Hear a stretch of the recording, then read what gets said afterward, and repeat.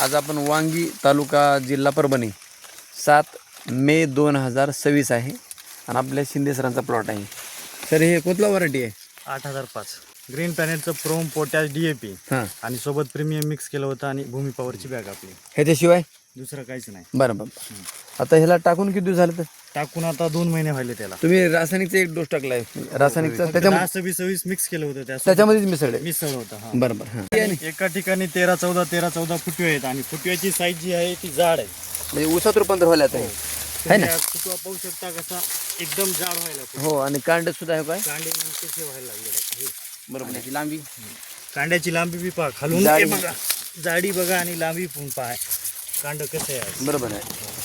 अच्छा, तर कलर कसा आहे? कलर तर पाहायचं काम नाही. कलर हा. आणि उंची उंची आज आपल्या हाईटच्या वर आहे. बरोबर आहे. म्हणजे 4 महिन्यामध्ये उगवण झाली, परत फुटवा झाला आणि फुटव्याचं रूपांतर ऊसात होणं चालू आहे. आणि कुठल्याही प्रकारची बिमारी काहीच नाही अजून. नाही आहे ना? तर आता डोस टाकायचा आपला.